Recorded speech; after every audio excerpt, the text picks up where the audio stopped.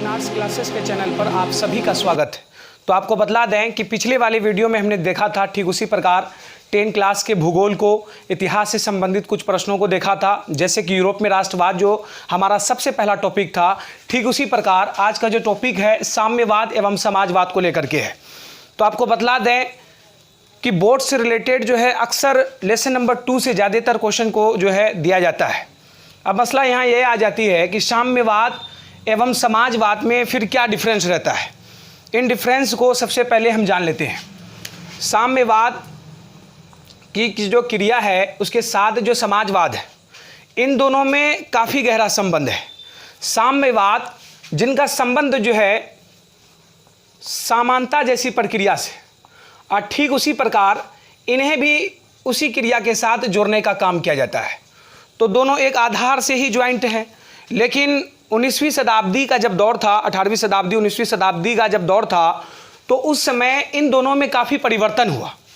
लेकिन 19वीं शताब्दी के आते आते तक उनके युगों में जब परिवर्तन हुआ तो इनमें अच्छा खासा परिवर्तन देखा गया कि समाज में दो वर्गों का उदय हुआ। सबसे पहला वर्ग जो था आपका वो साम्यवाद और समाजवाद। इन साम्यवाद और समाजवाद ने एक अलग प्रकार की रूपरेखा को धारण किया।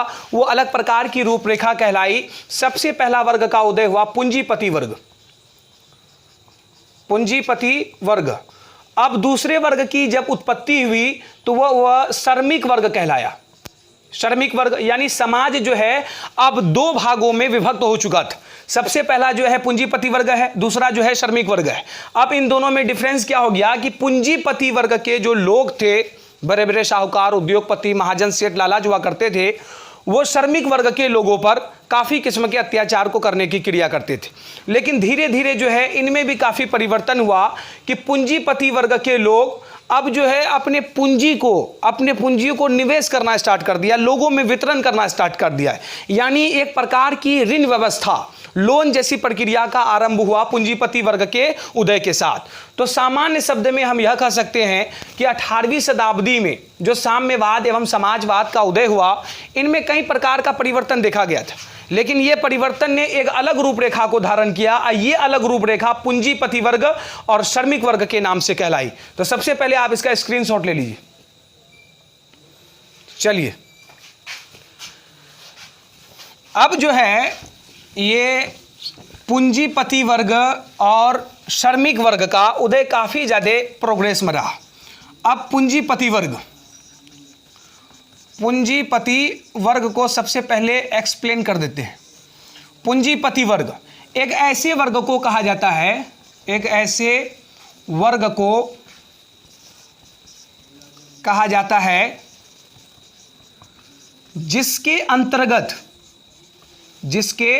अंतर्गत मुख्य रूप से, देखिए ये देना सबसे ज्यादा इंपॉर्टेंट जरूरी होगा कि जिसके अंतर्गत मुख्य रूप से पूंजी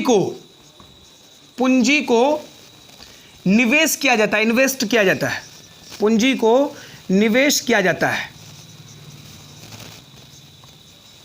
इस प्रकार की प्रक्रिया जो है आगे चल करके एक अलग रूपरेखा को धारण कर लिया। वह वर्ग की कोटि में अब शामिल हो चुका था। आप देख सकते हैं कि अगर इसको सिंगल कर दिया जाए तो पूंजी से तात्पर्य है ऋण से, लोन से, पैसे से संबंधित है, जो मध्यम वर्ग के लोगों को वितरण में दिया जाता था। लेकिन मध्यम वर्ग के लोगों को ये जो पूंजी दिया जाता था, उनका एक सिद्धांत हुआ करता था कि ऋण व्यवस्था में बढ़ोतरी करना, यानी लोन से संबंधित क्रिया में बढ़ोतरी करना। अब लोन से संबंधित क्रिया जो बढ़ोतरी होगी तो श्रमिक वर्ग के लोगों पे जो है काफ़ी कई प्रकार की समस्याएं जो है उत्पन्न हो सकती है। तो पूंजीपति वर्ग यानी ये पूंजी जो है, ये पूंजी का तात्पर्य क्या होगा, शाब्दिक अर्थ क्या होगा कि इन्वेस्ट करना, किसी चीज में देना, किसी चीज में लगाना। अच्छा, ये देने की प्रक्रिया किसके द्वारा होती थी? जैसे फॉर एग्जांपल में आप दे दें उद्योगपतियों के द्वारा जो है इस प्रकार की क्रिया को साहूकार होते थे। प्राचीन काल में ये धारणाएं होती थी, साहूकार, महाजन, इन सभी के द्वारा जो है इस प्रकार की क्रिया को बढ़ावा दिया जाता था। तो 18वीं, 16वीं, 17वीं शताब्दी में दौरान इस प्रकार की समस्या उत्पन्न नहीं हुई थी। लेकिन 19वीं शताब्दी का दौर जब आरंभ हुआ तो समाज में पूंजीपति और श्रमिक वर्ग का उदय हुआ। सबसे पहले आप इसका स्क्रीनशॉट ले लीजिए। चलिए मिटा लें इसे। पूंजीपति वर्ग जो है अक्सर इस टाइप के क्वेश्चन को 2 नंबर से रिलेटेड दिया जाता है, अति लघु वेरी साइड टाइप क्वेश्चन में दिया जाता है इस चीज़ को। अब जो आपका दूसरा होगा श्रमिक वर्ग,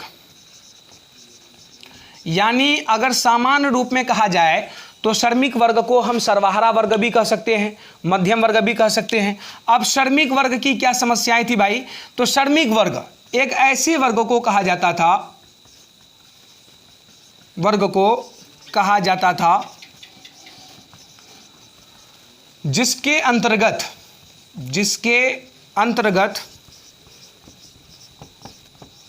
मजदूर, गरीब, किसान एवं आम नागरिकों को शामिल किया जाता था। उसे सामान्य शब्दों में, ये दीजिए कुछ नया पॉइंट होगा, उसे सामान्य शब्दों में श्रमिक वर्ग कहते हैं। उसे सामान्य शब्दों में श्रमिक वर्ग कहते हैं।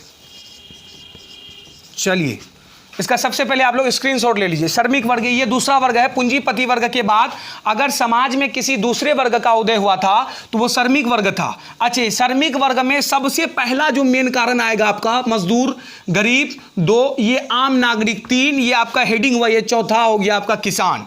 ये 4 क्रियाएं मिल करके एक अलग प्रकार की व्यवस्था को जन्म दिया जो 19वीं शताब्दी के रूप को धारण करवाने में काफी ज्यादा सहायक हुआ। कुछ इतिहासकार यह भी मानते हैं कि जैसे जैसे युगों का परिवर्तन होता चला गया, ठीक उसी प्रकार इनमें चेंजिंग आती चलेगी। अब ऐसी चेंजिंग आई कि समाज में अब जो है पूंजीपति वर्ग के लोगों के द्वारा मध्यम वर्ग के लोगों पर, यानी श्रमिक वर्ग के लोगों पर काफी अत्याचार किया जाता था। अत्याचार करने का क्रिया क्या था? आप गौर कीजिए कि पूंजीपति वर्ग, पूंजी को निवेश करना, पूंजी को देना, पूंजी को देने की क्रिया किसको की जाती थी? श्रमिक वर्ग के लोगों पर। अब श्रमिक वर्ग के लोगों पर इतनी ज्यादा पूंजी को दे दिया जाता था, इतनी ज्यादा दबाव जैसी प्रक्रिया को स्थापित कर दिया जाता था कि वह श्रमिक वर्ग के समुदाय में रहने वाले लोग उस दलदल से निकल नहीं पाते थे। उस कर्ज को चुकाते चुकाते जो है उनका अस्तित्व जो है पूरा समाप्त हो जाता था। इसलिए कहा जाता था कि इतिहास में सबसे ज्यादा बड़ी समस्याएं अगर उत्पन्न हुई है तो श्रमिक वर्ग के समुदाय के लोगों पर हुआ है, जिस पे पूंजीपति वर्ग के लोगों के द्वारा जो है काफी प्रकार का दबाव दिया गया है। चलिए इसका स्क्रीनशॉट लीजिए, पहले ले लिए। चलिए अब जो है जब समाज में पूंजीपति और श्रमिक वर्ग के लोगों का आगमन हो गया, अब इन लोगों में काफ़ी कई प्रकार की विभिन्नताएं पाई गई।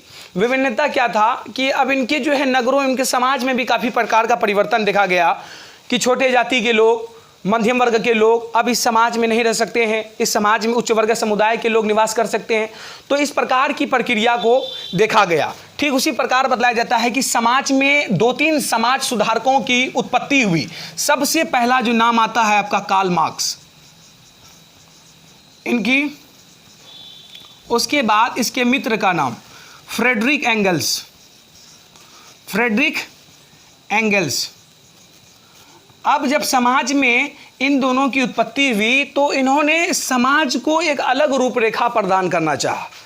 इनकी धारणाएं हुआ करती थी, कार्ल मार्क्स की धारणाएं यह हुआ करती थी कि समाजवाद जो है, जो समाजवाद साम्यवाद है, इनको दोनों को एक ही वर्ग में ज्वाइंट किया जाए। बोला जाए कि इन्हें समानता के अंतर्गत ही रखा जाए कि जिस पर पूंजीपति वर्ग के लोग, श्रमिक वर्ग के लोग दोनों को समान नजर से देखा जाए। इनमें किसी भी प्रकार की भेदभाव जैसी प्रक्रिया को स्थापित नहीं करना था। अब आपको बतला देते हैं, लेकिन कार्ल मार्क्स ने समाज में होने वाली 2 घटनाओं को देखा। वो 2 घटना था श्रमिक वर्ग और पूंजीपति वर्ग में दोनों में मतभेद की क्रिया। आप गौर कर सकते हैं कि आज से कई साल पहले जो है रंगभेद की नीति को बढ़ावा दिया जाता था, लेकिन रंगभेद की नीति को समाप्त करने के बाद जो है अब समाज में सबसे बड़ी समस्या आई जातिवाद की। अब जातिवाद के बाद जो है समाज जो है कई वर्गों में विभक्त हो गया, सिर्फ बांटने का प्रयास किया गया। लेकिन कार्ल मार्क्स के द्वारा जो है समाज को एक अलग नया रूपरेखा प्रदान किया गया। इन्होंने क्या किया कि आपको बतला दें कि जो समाज में छोटे मध्यम वर्ग के लोग थे उनके लिए इन्होंने एक किताब को प्रकट किया, अपनी एक ग्रंथ को लिखा, समाजवादियों का बाइबिल। समाजवादियों का बाइबिल, बाइबिल लिखने का काम किया, जो दूसरे शब्दों में दास कैपिटल के नाम से प्रसिद्ध हुआ, दास कैपिटल। अब देख लीजिए कि कार्ल मार्क्स के द्वारा जब इस किताब को लिखा गया, इस किताब को लिखने के पीछे उनका एक ही सिद्धांत था, ये साम्यवाद और समाजवाद दोनों को एकता जैसी प्रक्रिया के अंतर्गत जो है बांधने की प्रक्रिया थी। लेकिन समाज में कुछ ऐसे असामाजिक तत्व थे जिनके कारण जो है समाज में तरह तरह की समस्याएं उत्पन्न होती चली गई। लेकिन उन्होंने दास कैपिटल नामक पुस्तक की रचना की, जिसके द्वारा समाज में पूंजीपति वर्ग के लोगों के द्वारा श्रमिक वर्ग के लोगों पर जिस प्रकार के शोषण को किया जाता था, उन सभी प्रकार की समस्याओं को इस दास कैपिटल के अंतर्गत शामिल किया गया और आने वाले युगों में जो है इसको उजागर करने का प्रयास किया गया। तो एक अहम रोल हम मान सकते हैं कि साम्यवाद एवं समाजवाद में अगर नई रूपरेखा, नई जान, अगर जागरूकता की नीति किसी ने फैलाई है तो कार्ल मार्क्स और फ्रेडरिक एंगल्स के द्वारा जो है सबसे बड़ा महान क्रांतिकारी माना जाता है। इन्हीं के द्वारा इन दोनों में काफी प्रकार का परिवर्तन किया गया है। इनका आप लोग पहले स्क्रीनशॉट ले लीजिए। चलिए, नॉर्मली है कि आपको बतला दें कि आज का जो टॉपिक था साम्यवाद और समाजवाद से रिलेटेड था, लेकिन आपको बतला दें ये कुछ लेक्चर है जो आपको क्लास 10th के एग्जामिनेशन में जो है काफ़ी लाभदायक रहेगा। आपको बतला दें कि इसी लेक्चर के माध्यम से जो है आप अपने सोशल की कॉपी को जो है सुचारू ढंग से, आराम से, एक सुव्यवस्थित तरीके से जो है लिख सकते हैं। इसमें किसी भी प्रकार की परेशानी आपको नहीं होगी। हाँ, आपको बतला दें कि कृपया करके हमारे चैनल को सब्सक्राइब कीजिए, लाइक कीजिए और अपने दोस्तों में शेयर कीजिए ताकि उन्हें भी इस चैनल के माध्यम से संपूर्ण रूप से जानकारी प्राप्त हो सके। मिलते हैं नेक्स्ट वीडियो में, बने रहिए हमारे चैनल के साथ। Good bye.